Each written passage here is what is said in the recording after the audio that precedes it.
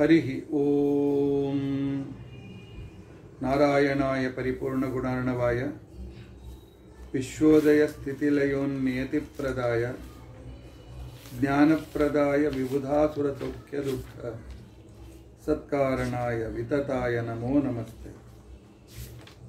अभ्रमं भङ्गरहितम् अजडं विमलं सदा आनन्दतीर्थमतुलं भजे तापत्रयापः। भवति यदनुभावादेडमूकोऽपि वाग्मी जडमतिरपि जन्तुर्जायते प्राज्ञमौलिः। सकलवचनचेतो देवता भारती सा मम वचसि निधत्तां सन्निधिं मानसे च। अस्मद्गुरुसमारम्भां टीकाकृत्पादमध्यगां श्रीमदाचार्यपर्यन्तां वन्दे गुरुपरम्परां। विद्यायां विबुधाचार्यं वेदज्ञानाब्धिचन्दिरं दुर्मतध्वान्तमार्ताण्डं सत्यध्यानमुनिं भजे। पञ्चाशद्वर्षपर्यन्तं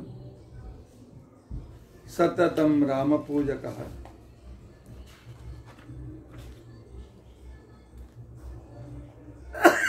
श्री सत्यप्रमोद गुरुराट भासतां नो हृदम्बरे। बन्धुस्त्वं गुरुरिष्टदैवतमिति तत्पादपङ्केरुहं प्राप्तं मां परिपालयेति सततं याचे निबद्धाञ्जलिः। चित्तं मत्कुणदोषचिन्तनविदौ नूनं मनां मा कृताः। श्री सत्यात्मगुरो त्वदङ्घ्रियुगलं हित्वा न मे सद्गतिः। यैरहं शुकवत् सम्यक् शिक्षितोऽस्मि कृपालुभिः तान् वन्दे धेनुपाचार्यान् तत्त्वज्ञानार्थसिद्धये। श्री गुरुभ्यो नमः। हरिः ओम हरिः ओम हरिः ओम। स्वस्तिस्तु अचेडसन्मङ्गलानि सन्तु। श्लोकैकश्रवणपठनमात्रेण वक्तुश्च श्रोतॄणां निखिलकलिकृतकल्मषापनोदनपटुतरे धर्माद्यखिलपुरुषार्थसाधने भूते अद्य भविष्योत्तरपुराणान्तर्गत वेङ्कटेशमहात्म्य प्रारंभे सति किंचित पूर्वकथानुवादः। हरिः ओम हरिः ओम हरिः ओम। हरे राम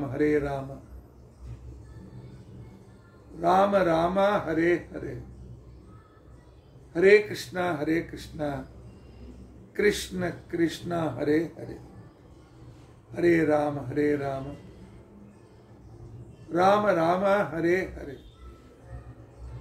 हरे कृष्णा कृष्ण कृष्ण हरे हरे, हरे राम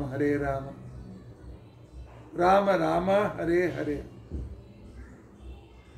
हरे कृष्णा कृष्ण कृष्ण हरे हरे। श्री गुरुभ्यो नमः। हरिः ओम हरिः ओम हरिः ओम।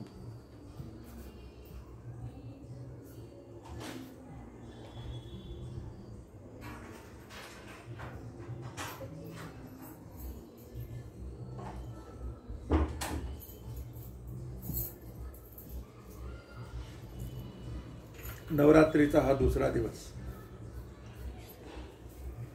आम्ही पहिल्यांदाच तुम्हाला आमंत्रण पत्रिकामध्ये सूचना केली होती की रोज संध्याकाळी भविष्योत्तर पुराणात व्यंकटेश महात्म्य आम्ही सांगणार म्हणून। पण काल ह्याच वेळी विरारमधला उमा मंदिरात कार्यक्रम होता, विषय होता महिषासुरमर्दिनी. आणि काल तुम्ही त्या प्रवचनात ऐकला असाल, महिषासुरमर्दिनी दुर्गा सप्तशतीमध्ये येते. ती कथा मार्कंडेय पुराणोक्त विषय आहे.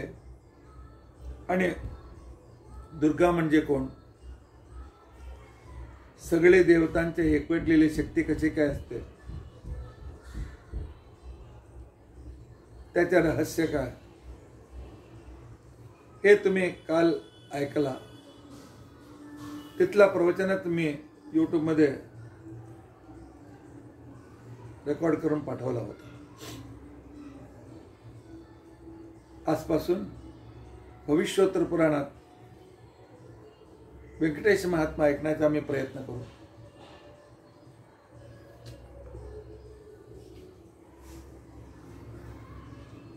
नैमिषारण्य अत्यंत पवित्र जागा आहे.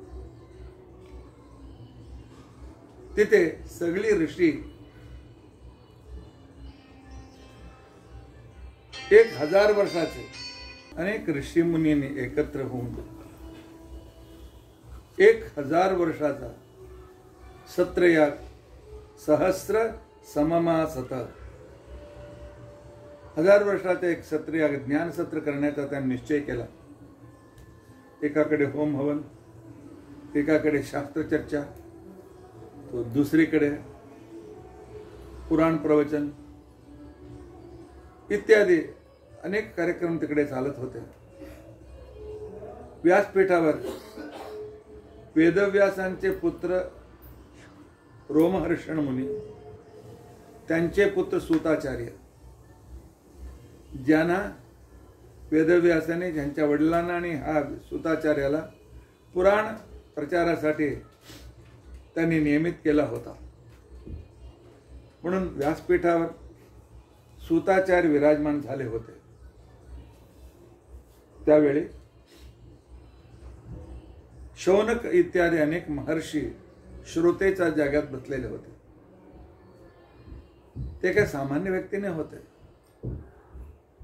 शौनक हा महाशाल हा, ज्याच्या गुरुकुलात 1000 अध्यापक असे आणि विद्यार्थी किती असतील विचार करा. तसा व्यक्तीला त्यावेळी महाशाल असे म्हणत होते, कुलपती म्हणत होते. ते सुद्धा श्रोतेचे जागात, म्हणजे विषय किती गांभीर्यपूर्ण असणार, महत्वपूर्ण असणार, ह्याच्यावरूनच तुम्ही कल्पना करू शकता. शौनक ऋषी सूताचार्यांना प्रश्न विचारतात. सूत महाभाग सर्वशास्त्र विशारद तत्वहम श्रोतुमिच्छामि महात्म्यं पुण्यवर्धनम. सूताचार्य, आपण सर्व शास्त्रात अत्यंत परिणत आहात. आतापर्यंत आपल्याकडून अनेक तीर्थक्षेत्र महिमा इत्यादीचं वर्णन आम्ही ऐकलं. आत्ताच तुम्ही मागच्या 2-3 दिवसात श्रीरंग इथलेल्या वासुदेवाची महिमा आपण सांगितलं, रंगनाथाची महिमा आपण सांगितले, आणि जगन्नाथपुरीच्या जगन्नाथाची महिमा सांगितले. आता व्यंकटगिरी महात्मा ऐकण्याची इच्छा आम्हाला झालेली आहे आणि आमची इच्छा पूर्ण करा. सूताचार्य सांगतात, साधु पृष्ठम तया ब्रह्मन चरितम व्यंकटेशितु. शौनकादी, आपण फार योग्य प्रश्न विचारलेले आहेत. व्यंकटेश चरित्र फार अत्यंत पावन आहे, पवित्र आहे. हे मी तुम्हाला अवश्य आनंदाने सांगतो. कृतयुगामध्ये जनक राजा म्हणून राजा होता. त्यानंतर त्रेतायुगपर्यंत सुद्धा पुरे त्यांचा वंश चालत होता. अत्यंत धार्मिक, शास्त्रानुसार आचरण करणारा, सत्यवाक सर्वशास्त्रेषु, सर्व शास्त्रामध्ये अत्यंत प्रवीण, मेन कोपवर्जिता, त्याला रागच नव्हता. वासुदेवाच्या अनुग्रहाने अत्यंत तो भक्त परमविद्वान होता. त्याला कुशध्वज नावाचा एक भाऊ, राजा संपूर्ण राज्याचा भार तो नामापुरते सिंहासन बसला होता. संपूर्ण जबाबदारी त्यांनी कुशध्वजावर टाकून स्वतः श्रवण मनन त्याच्यामध्ये आपला संपूर्ण वेळ घालवू लागला. त्याला भावाला 3 मुली होती. त्याच्या पूर्वी मुलांच्यासाठी, संतानासाठी जनकाने स्वतः पुत्रकामेष्टी यज्ञ करण्यासाठी सोन्याचा नांगर घेऊन जेव्हा यज्ञभूमी तयार करू लागला, त्यावेळी नांगराची जी रेखा पडते त्या रेखेत एक कमल उद्भूत झाला आणि तो जाऊन ती मुलीला घेऊन येतो. कमलात एक मुली, अप्राकृत अयोनिज मुली उत्पन्न झाली होती, ती सीता. कशाला म्हणजे सीता लांगल पद्धती ही म्हणून शास्त्रात सांगितलेला आहे. अर्थात जिथे नांगराची रेखा पडते त्याला सीता असं नाव आहे. त्याच्यात ती प्रकट झाली म्हणून त्यांनी तिला सीता देवी असं नाव ठेवलं. आणि भावाला सुद्धा 3 मुली झाल्या. उर्मिला, मांडवी, श्रुतकीर्ती, 3 मुली झाल्या.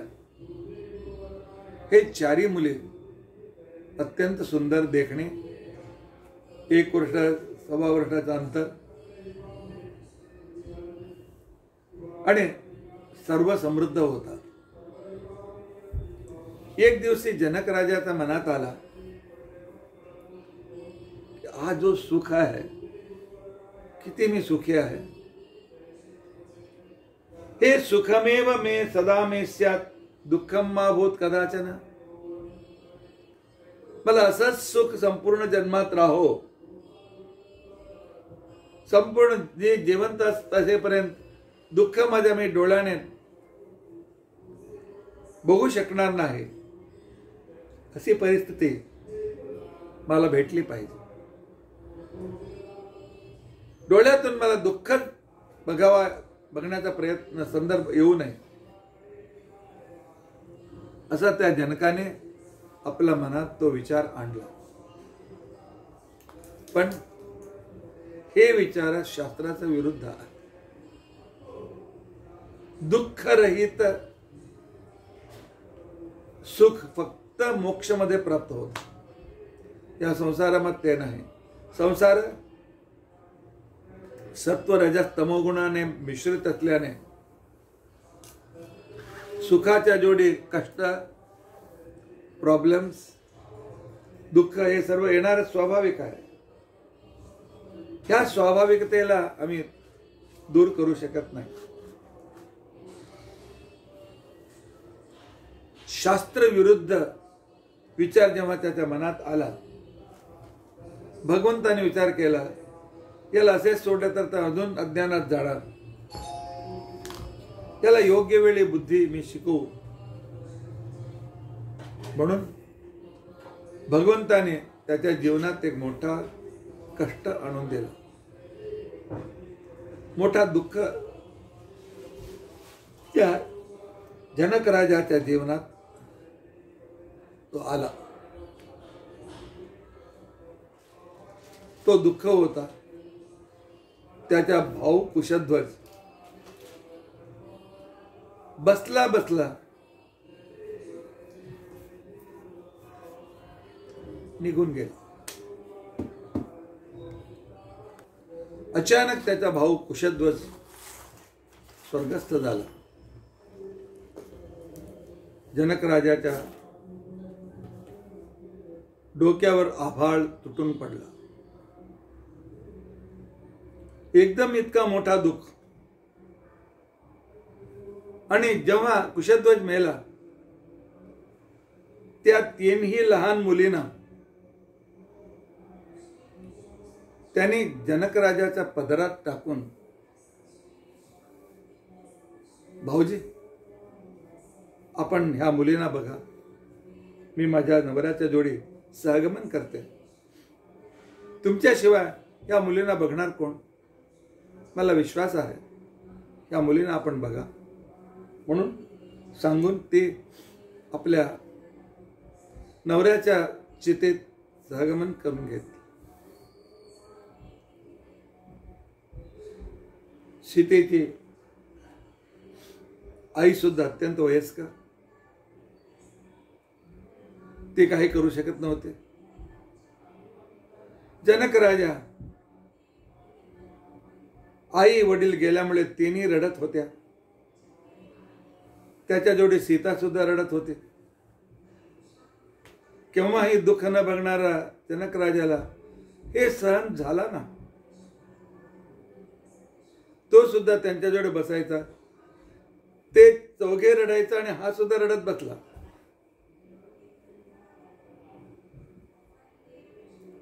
असंच रडत रडत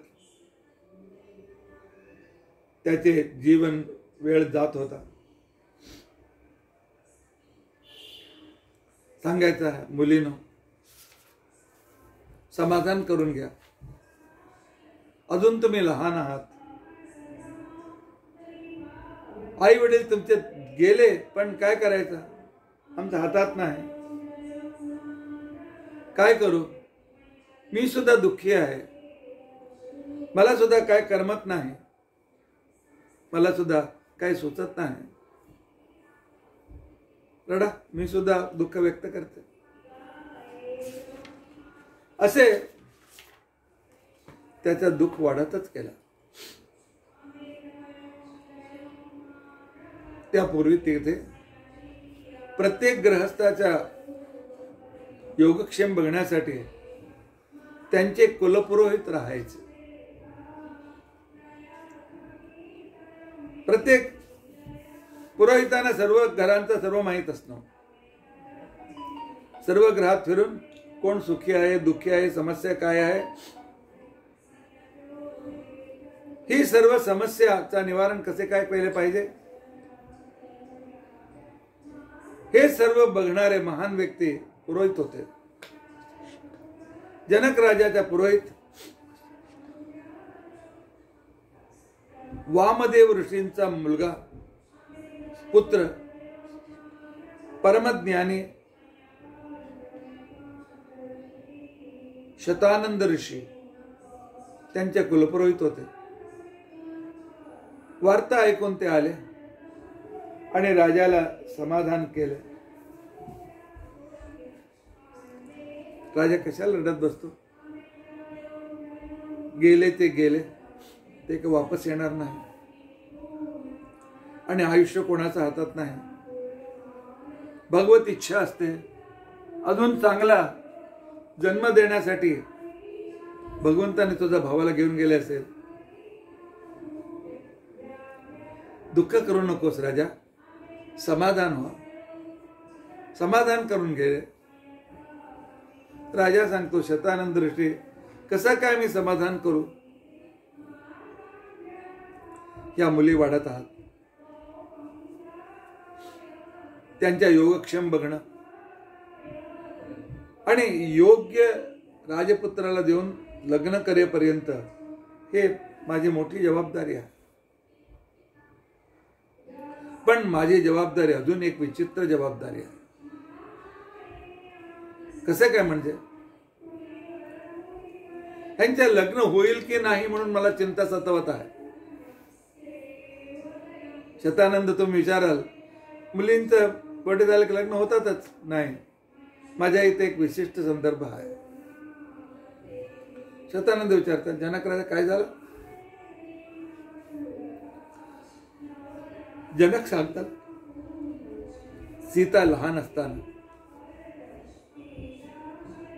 ती माझ्याच जोडीत राहायची. एका दिवशी शस्त्रगृहात, शस्त्रागार, तिकडे सर्व शस्त्र अस्त्र ठेवलेले असते, त्याच्या पाहणी करण्यासाठी मी निघालो. माझ्या जोडी सीता सुद्धा आली आणि त्याच्या हातात मोतीचा चेंडू बॉल होता. तो त्याच्या जोडी खेळत होती. 3 बहिणी सुद्धा त्याच्या जोडी होत्या. पण चेंडू एक टप्पा खाऊन तिकडे ठेवलेल्या शिवधनुष्याचा जी पेटी होती, खुली पेटी, त्याच्यात जाऊन अडकले. जनक राजाच्या पूर्वाने शत्रूंपासून संरक्षणासाठी शंकराची मोठी उपासना केली होती. शंकर प्रत्यक्ष होऊन विचारले, त्याने सांगितले आमच्या नगरावर कोणी आक्रमण करू नये. त्यावेळी शंकरने त्याला आपला पिनाक धनुष्य दिला.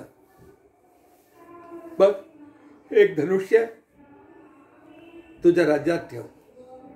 जेव्हापर्यंत धनुष्य तुझ्या राज्यात आहे तुला कोणीही हरवू शकणार नाही. हा माझा वर.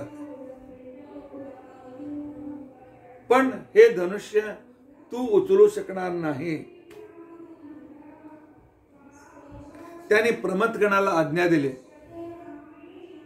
एक पेटी तयार करा. त्याच्यात तो धनुष्य ठेवला गेला. अरे 60,000 विशिष्ट सैनिकांना शंकराने उत्पन्न केलं आणि त्यांना वर दिला, माझा धनुष्य असलेली गाडी तुम्ही खेचून इकडून तिकडे घेऊन जाऊ शकता. उचलू शकणार नाही. ते गाडी खेचू शकतात 60,000 लोक मिळून. ह्याच्यावरून तुम्ही कल्पना करा शिवधनुष्य किती वजनाची वजनाची होती म्हणून कल्पना तरी करा. आणि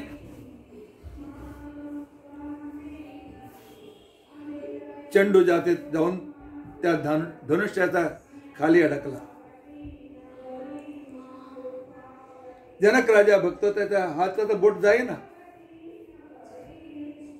चेंडू कसं काय काढायचं? धनुष्य तरी उठवू शकत नाही. सर्व रडत होत्या. दशरथाने प्रयत्न करून बघितला. त्याने सांगितलं, सीता समाधान व्हाग, शक्य नाही, माझ्याकडून उचलणं शक्य नाही ग.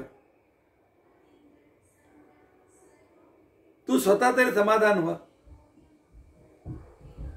असे अश्रू गाळत त्याने सीतेला सांगत होता. सीता सांगते, वडील मी हात घालून बघू का? नको ग, हात अडकला तर काय करणार? नाही बाबा, मी माझा चेंडू आरामशीर घेते, मला तुम्ही अनुमती द्या. जनकाने सांगितलं, ठीक आहे. सीता गेली. डाव्या हाताने ते धनुष्य उचलला, चेंडू घेतली, परत तसंच ठेवले. जनक राजा अवाक होऊन बघता, हे का? शंकराशिवाय कोणीही हे धनुष्य उचलू शकणार नाही. त्याला हलवण्यासाठी 60,000 लोक पाहिजे. ही काय अद्भुत शक्ती आहे. त्याच्या मनात आला की एक माझी मुलगी एक अद्भुत आहे. ऐरागेर व्यक्तीला त्याचं लग्न करून देऊ नये. त्याच दिवशी मी प्रतिज्ञा केली होती. मी प्रतिज्ञा केली होती की जो व्यक्ती या शिवधनुष्याला उचलून वाकवून त्याला ज्या म्हणतात तो धागा बांधेल, त्या व्यक्तीला माझी सीता मी त्याला समर्पण करणार, कन्यादान करणार. ह्याच्यासाठी मी स्वयंवराची सुद्धा उद्घोषणा केलेली आहे. मला वाटतं अनेक व्यक्ती येतील या धनुष्याचा ते ज्या बांधतील म्हणून. पण रावण आला, कुंभकर्ण आला, इंद्रजितू आला, असे मोठे मोठे अनेक सुर असुर येऊन गेले. कोणीही उठू शकला आणि समर्थ झाला नाही. रावण कसा बसा 20 हाताने तो उचलला, थांबून धागा घेतली पाहिजे तितक्यात पडला. धनुष्य त्याच्यावर पडून 60,000 लोकांनी धनुष्य परत खेचून त्या गाडीत ठेवले. तिथपर्यंत तो उठू शकला नाही. अपमानित होऊन निघून गेला. पण तो साधारण व्यक्ती नाही, अत्यंत दुष्ट आहे. केव्हा येईल, काय करेल, आमच्या राज्यावर आक्रमण करेल, कोणती माया करेल, माझ्या मुलीला पळवून घेऊन जाणार, अशी शंका कुशंका माझ्या मनात येते. आणि दुसरा अजून एक प्रॉब्लेम, पहिल्यांदा शिवधनुष उठवणारा भेटला पाहिजे. ही चौघी भावाची 3 मुली, माझी मुलगी, हे चौघी जे आहेत एक क्षण कोणाला दुसऱ्याला सोडून राहत नाही. एक व्यक्ती 2 मिनिटासाठी कुठेतरी कामाला गेली, सर्व रडत बसायचं, हे कुठे आहे ग, हे कुठे आहे ग, तुझ्याशिवाय मी करमत नाही ग. असा प्रेम ह्या चौघांमध्ये आहे. म्हणून त्यावेळी मी अजून एक प्रतिज्ञा केली, ह्या चौघींना एकच घरात मी लग्न करून देईन. म्हणजे सीतेला जेवढे जो लग्न करणार आहे त्याला 3 भावंड असले पाहिजे. असा कोणताही परिवार असेल तर तो बघा. आणि त्याच्या 3 भावाजोडी माझी 3 मुलींचा मी लग्न करतो. उर्मिला, मांडवी, श्रुतकीर्ती, शतानंद अशी प्रतिज्ञा केली आहे. शतानंद ऋषी, गुरुजी, पुरोहित, काय करू, असा मुलगा कुठे मिळेल, त्याला 3 भावंड असलेले असा मुलगा कुठे मिळेल, कसे काय मुलींचं लग्न होणार. त्या सुद्धा दुःखी आहेत. त्यांच्या दुःख बघून माझा स्व तळमळ होते. काहीतरी करा, मार्ग दिसला पाहिजे.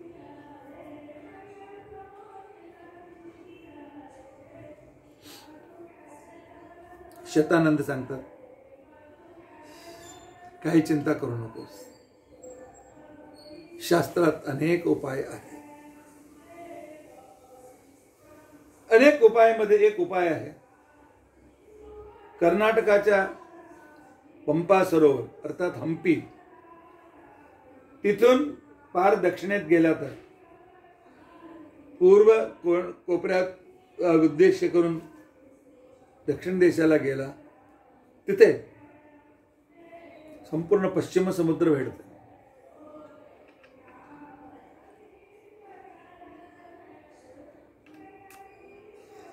त्याच्या पश्चिम समुद्र दक्षिणेला गेला तर सुवर्णमुखरी नदी भेटते.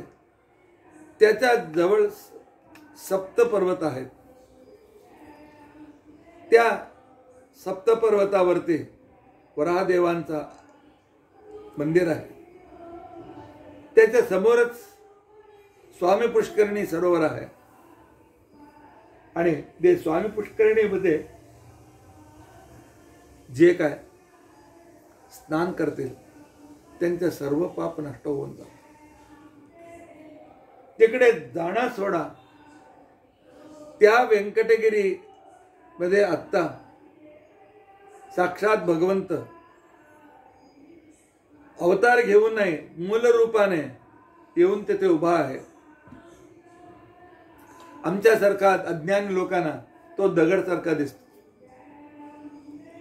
पण ज्ञानी लोकांना साक्षात भगवंताचं दर्शन होतो. व्यंकटेशाची एक विशिष्टता आहे. व्यंकटेशाला अत्यंत सुंदर केस आहेत. मूर्तीमध्ये केस वेगळे नसतात, पण साक्षात केस आहेत. त्या केसातून सुगंध येते. रोज पुजारी एकांतात त्या केसाला विंचून परत गाठ बांधून ठेवतात. आणि शास्त्रात जे काय नियम सांगितलेले, अत्यंत सुंदर मूर्ती ती व्यंकटेश, त्या व्यंकटगिरीचा आणि त्या व्यंकटेशाचा जी व्यक्ती उपासना करेल, त्यांचे महिमाचं श्रवण करील, त्यावेळी त्याच्या संपूर्ण अनिष्ट निवारण होऊन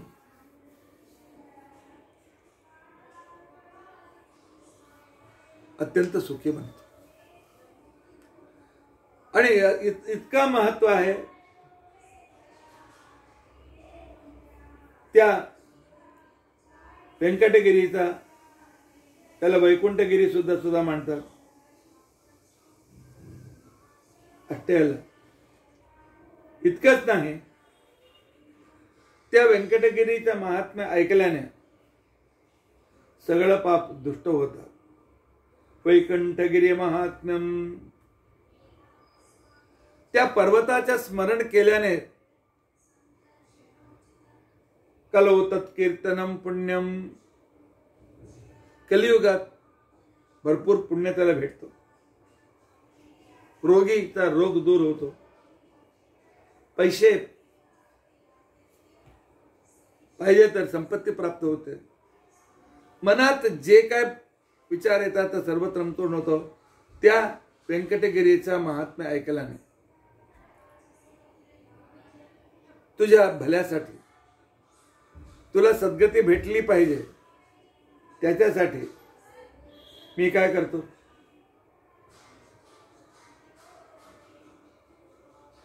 त्या व्यंकटेशाची उपासना मी करीत असतो. मी ऐकल्याने सर्व मनोकामना पूर्ण होतात. तुझ्या मुलींचं लग्न व्यवस्थित होतं. चिंता करू नको. त्याचे महत्व मी सांगतो. जनक राजा अत्यंत संतुष्ट झाला. सांगा मी अत्यंत एकाग्र मनाने ऐकतो. व्यंकटाचल महात्म्य मला सांगा. त्याची महिमा काय आहे, त्याची विशिष्टता काय आहे, सांगून माझ्यावर उपकार करा ना. शतानंद सांगायला सुरू केलं. जनक राजा आपल्या मुलीसकट एकाग्र मनाने ऐकत होता. धन कामस्य धनदम, पुत्र कामस्य पुत्रदम, कलो तत्कीर्तनम पुण्यम, सर्व दुःख हरम शिवम. कलियुगामध्ये संपूर्ण दुःख दूर करणारा आहे व्यंकटगिरी महात्मा. ज्यांच्या लग्न झाल्याने त्यांच्या लग्न योग्य जागात होते. ज्यांना पैसे पाहिजे पैसे भेटते. संतान ज्यांना पाहिजे संतान त्यांना भेटते. सर्व इच्छा त्यांची पूर्ण होतात. अनेक देवता हे व्यंकटगिरी महात्म्य ऐकून उपासना करून आपले देवत्व त्याने प्राप्त केला. असं सांगून शतानंद विरमले. जनक सांगतो वद वैकुंठ महात्म्यम. त्या व्यंकटगिरीचा महात्म्य मला ऐकायचा आहे. सांग. आणि त्या पर्वतावर अनेक भक्त अनेक ज्ञानी लोक राहतात. त्यांच्याविषयी सुद्धा मी जाणून घेण्याची मला इच्छा आहे. म्हणून हे शतानंद ऋषी संकोच करू नका. ग्रंथ कुठे ठेवायचे विचार करू नका. मला व्यंकटगिरीचा तो महात्मा मला सांग. त्या व्यंकटगिरीचा महात्मा ऐकून माझं जीवन धन्य करून घेतो.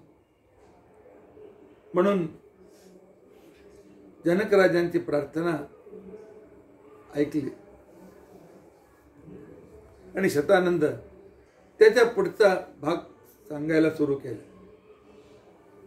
जनकराजा, त्या व्यंकटगिरीचा महात्मा इतका महत्वपूर्ण आहे. त्या व्यंकटाचलाला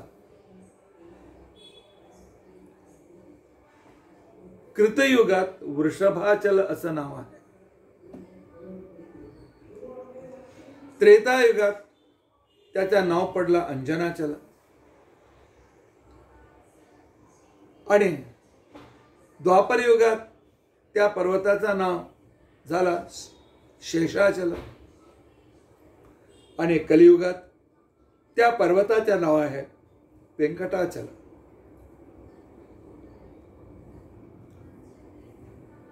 राजाने उत्सुकता वाढली. युगयुगापणे ते पर्वताचं नाव बदलतो कसा, त्याचं कारण काय आहे?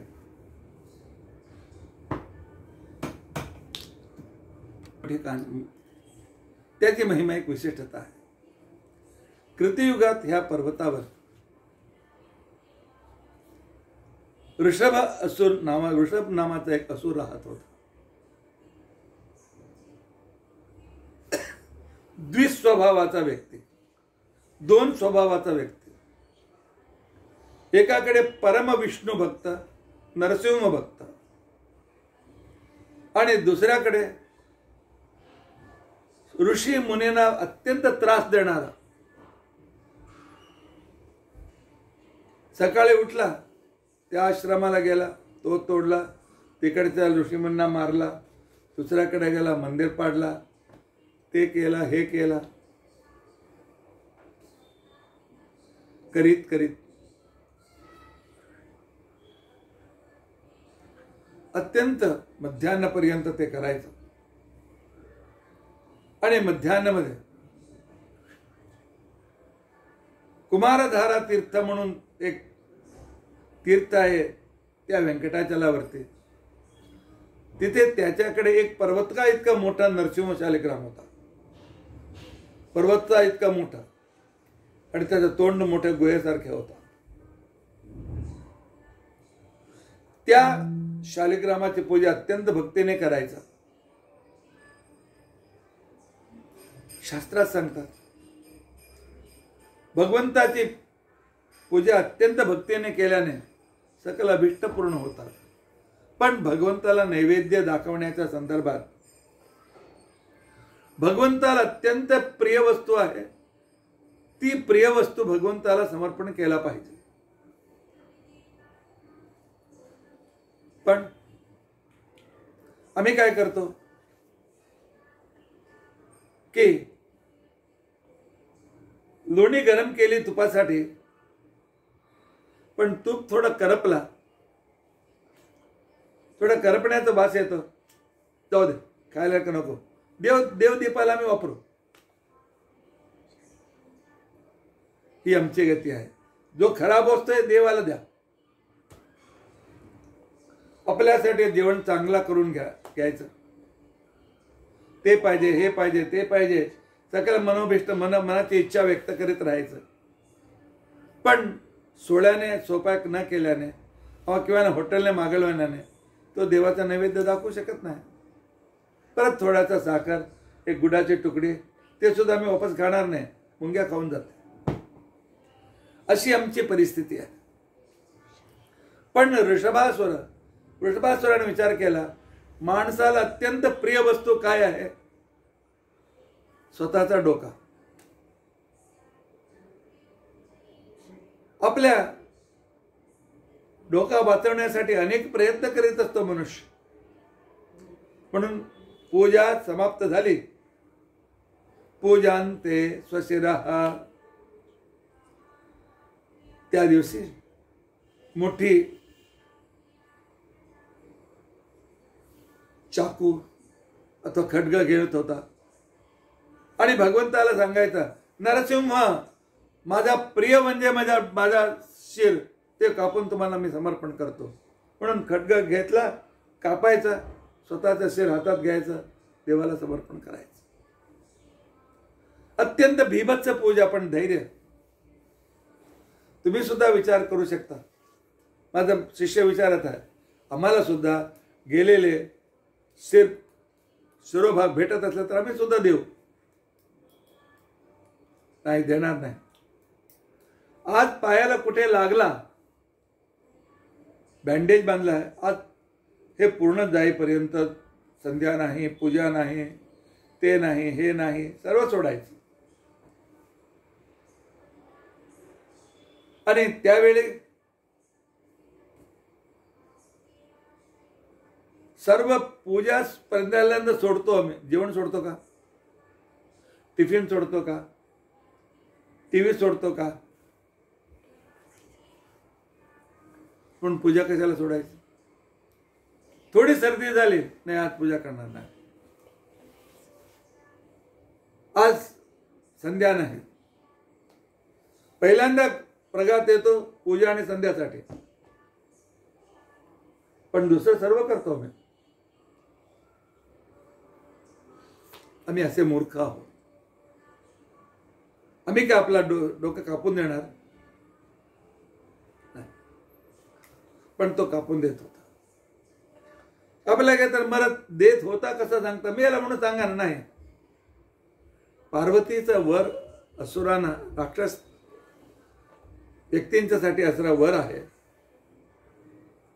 की ह्या लोकांना तुमच्या अंग कोणताही अंग गेला तो परत पुन्हा तुम्हाला वापर भेटणार. म्हणून दैत्यांना, असुरांना हा देह गेला परत देह भेटतो. म्हणून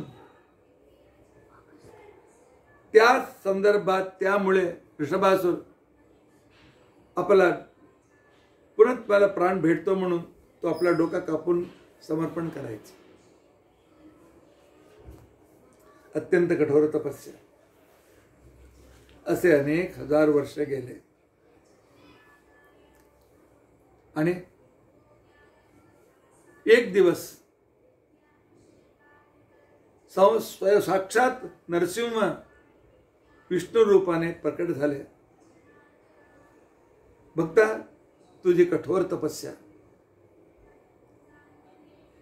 तुझे हे विशिष्ट पराक्रम आणि स्वतःचं डोकं कापून देण्याचे इतकी भगवत भक्ती मी आजच बघितलं. पण जनक राजा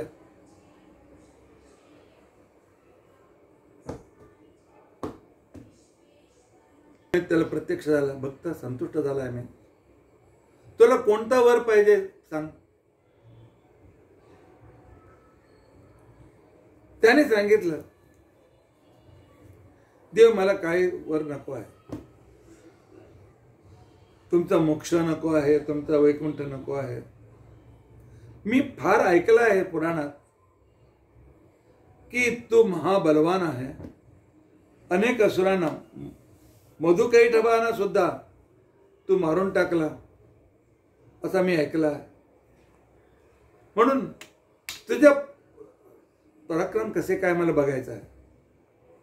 युद्ध भिक्षांच देहि मे, माझ्या जोडीत तुम्ही युद्ध करण्याचा मला अवकाश दे बस. नतद्रष्ट लोक असेच असतात. ज्यावेळी जे काय मागितलं पाहिजे ते विसरूनच जातो. कुंभकर्णाने तपस्या केली आणि शंकर केव्हा विचारतो, सांगतो तुम्हाला झोप पाहिजे, 6 महिने झोप, 6 महिने जागा. आम्ही देवाला मागण्यासाठी कमी पडत आहोत. देवापुढे काय मागितलं पाहिजे हे जाणून घेणे अत्यंत आवश्यक आहे. पण त्याचा स्वभाव तामसीच होता. आपल्या स्वभावानुसार त्याने विचारून घेतला, युद्ध भिक्षांचे देहि मे. दोघांमध्ये अनेक दिवसपर्यंत युद्ध झाला. युद्ध करून करून करून वृषभासूर दमला. त्याला थोडं उसंत पाहिजे असं वाटू लागला. भगवंताला तो सांगतो, परमात्मा आता पुरे, युद्ध करून मी तृप्त झालेला आहे. त्या देव सांगतो ना, युद्ध केव्हा संपते? तो सामना समोर असणारा व्यक्ती मेला पाहिजे. आता तो मरायला तयार हो, तर तुझा आयुष्य संपलेला आहे. ऋषीमुनींना त्रास दिलेल्या प्रमाणाने तुला अपमृत्यू येणे अत्यंत आवश्यक आहे.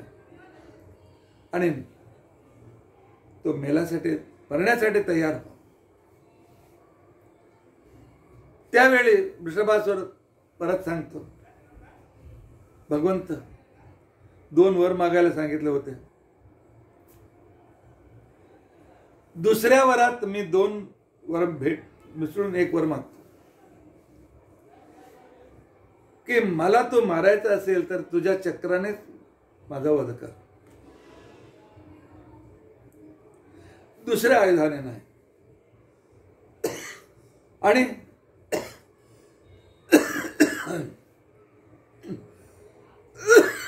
माझी इच्छा पूर्ण कर. देवाने विचारतो, अरे वृषभासूर, मरायचाच आहे. चक्राने मेला, गदेने मेला, शंखाने मेला, काय फरक पडतो? वृषभासूर सांगतो, नाही विष्णू, तुझी चक्राची महिमा मी पुष्कळ ऐकलेला आहे. यच्चक्रेण प्रतप्तस्तु सर्व पापात विमुच्यते. शास्त्र सांगतो, साक्षात सुदर्शन चक्र सोडा. सुदर्शन चक्रासाठी पितळेने, तांबेने, पंचधातूमुळे जे पंचमुद्रा तयार होतात, त्या चक्रमुद्रा आणि शंखमुद्रा आमचे गुरुजी पीठाधिपती जेव्हा गरम करून आमच्यावर त्याचा मुद्रा देतात, त्याला तप्तमुद्रा धारण असे म्हणतो. त्यांच्या सर्व पाप नष्ट होतात आणि भगवंताचा अनुग्रह प्राप्त करतात म्हणून मी ऐकलेलं आहे. म्हणून मला सर्व पापातून मुक्त व्हायचं आहे. जेव्हा चक्र येऊन माझा स्पर्श करतो, नंतर माझा गळा कापतो ना, पण जेव्हा त्याचा स्पर्श होतो, माझे सर्व पाप निघून जाणार हे मला माहित आहे. त्यानंतर मेल्यानंतर तो सद्गती देणार. भगवंतांचे वाहवा म्हटले, हा तुझी सुद्धा इच्छा परिपूर्ण करतो. अजून 1 वर माग, मी देतो तुला. तर वृषभासूर सांगतो, दुसरा वर मला असा द्या, ह्या पर्वताला माझा नाव आला पाहिजे, तसे वर मला द्या. भगवंत विचारतो, अरे वृषभ, तू मेल्यानंतर तुझ्या नावाने पर्वताला ना येऊ दे, येऊ दे, न येऊ दे, त्याला घेऊन काय करायचं? जगाचा संबंध निघून जातो ना तुला. वृषभासूर सांगतो, नाही, पुढे येणाऱ्या भक्तांना माहीत झालं पाहिजे लोकात वृषभासूर सारखे वेडे सुद्धा आहेत म्हणून. मोक्ष देणारा, सर्व सुख देणारा, सर्व संपत्ती देणारा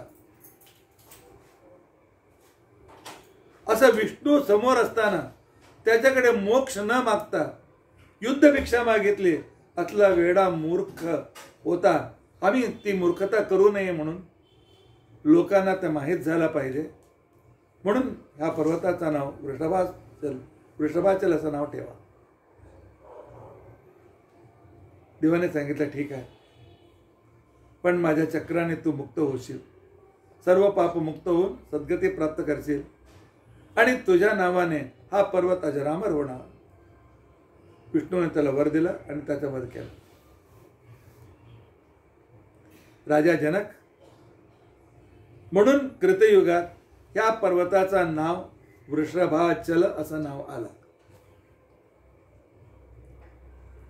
जनक राजा अत्यंत एकाग्रतेने ऐकत होत्या. हा, पुढे सांगा, पुढे सांगा. द्वापर युगात त्याला अंजनाचल असं नाव कसं काय आलं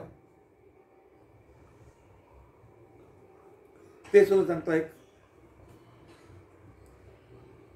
वानर राजामध्ये एक केसरी नावाचा वानर अद्भुत द्वीपाचा राजा होता. महापराक्रमी. त्याला एक बायको होती, तिचं नाव होतं अंजना. अत्यंत स्फुरद्रूपी, सर्वांना आनंद देणारे. पण अनेक दिवस झाले केसरी आणि अंजनेला संतानच झालं नाही.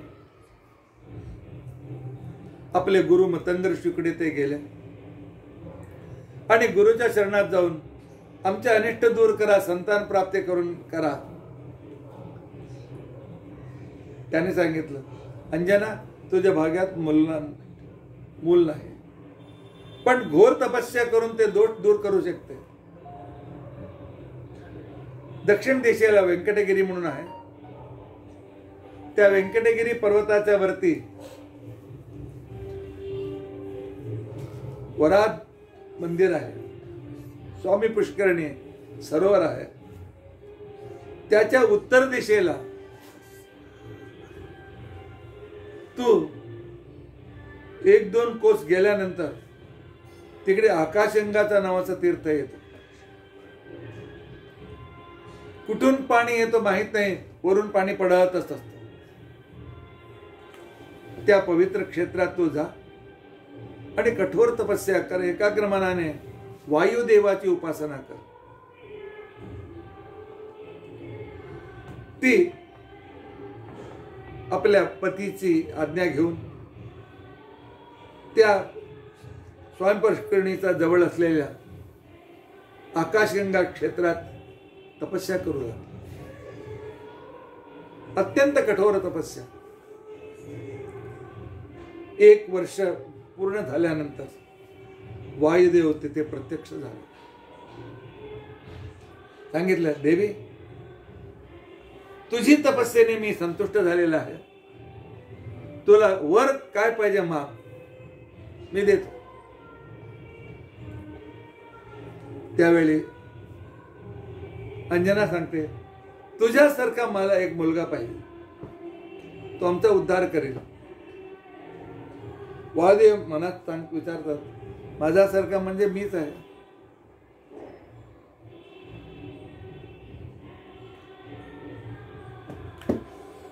अभिमंत्रित करून देतो, माझ्या अंश याच्यामध्ये आहे, ते फळ तू खा. योग्य वेळी मी तुझ्या इथे जन्म घेतो. ते आनंदाने ते फल स्वीकार केला. पुन्हा पुन्हा वायुदेवांचा उपकार स्मरण करीत होता. आणि योग्य वेळेत वायुदेवांना गर्भवास नाही म्हणून दुसऱ्या देवतांना त्याने तिकडे ठेवला होता. 9 महिने पूर्ण झाल्यानंतर त्यांच्या पुढे स्वतः भगवंत व्यक्त झाला, वायुदेव व्यक्त झाले आणि तेच हनुमान आहे. अत्यंत पवित्र, अत्यंत मोठी तपस्यानंतर अवतार घेतलेले हनुमंत मारुती असा महिमावान आहे वायुदेव. अंजना तपस्या करून साक्षात वायुदेवाचं आगमन या पर्वतावर करून घेतले म्हणून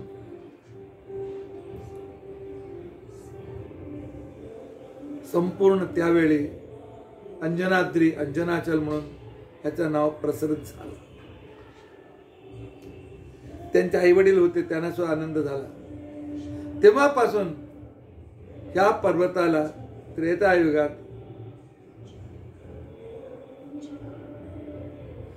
वंजनाचल अंजनाचल म्हणून हे प्रसिद्ध झालेलं आहे. कृतयुगात वृषभाचल, त्रेतायुगात अंजनाचल. जनकराव विचारतात आता पुढे द्वापर युगात शेषाचल कसा आला. राजा, ती विस्तृत कहाणी आहे. आज इतकंच ऐकवितो. उद्या आम्ही बघू द्वापर युगात शेषाचल, कलियुगात व्यंकटाचल नाव कसे का आला, पुराण कोणती महिमा कशी सांगते, विष्णू महिमा कसे अभिव्यक्त करते. ते 4 शब्द आम्ही ऐकलो. थोडा आज दमल्यामुळे तुम्हाला मध्ये वाटत होतं थोडा आलस्य येत आहे म्हणून, तरी सुद्धा त्याला बाजूला ठेवून व्यंकटाचल महात्म्य अत्यंत भक्तीने ऐका आणि उद्या पुढचा भाग आम्ही ऐकण्याचा प्रयत्न करू. इथे अद्य कथा प्रसक्ती. हरे राम राम राम हरे हरे, हरे कृष्ण कृष्ण कृष्ण हरे. उग्रम वीरम महाविष्णुम ज्वलंतम सर्वतोमुखम नृसिंहम भीषणम भद्रम मृत्युम नमाम्यहम्. अच्युतानंत गोविंद स्मृतिमात्रार्थिनाशन रोगान्म्य नाशया शेषान् आचुधन्वन्तरे. श्रीकृष्णार्पणम्. अक्षयं कर्म यस्मिन् परे स्वर्पितम् अक्षयं यान्ति दुःखानि यन्नामतः. अक्षरो योजर सर्वदेवामृता कुक्षिगं यस्य विष्णु सदा जाधिकं प्रीणयामो वासुदेवं देवता मंडलाखंड मंडलम्. श्रीकृष्णार्पणम्.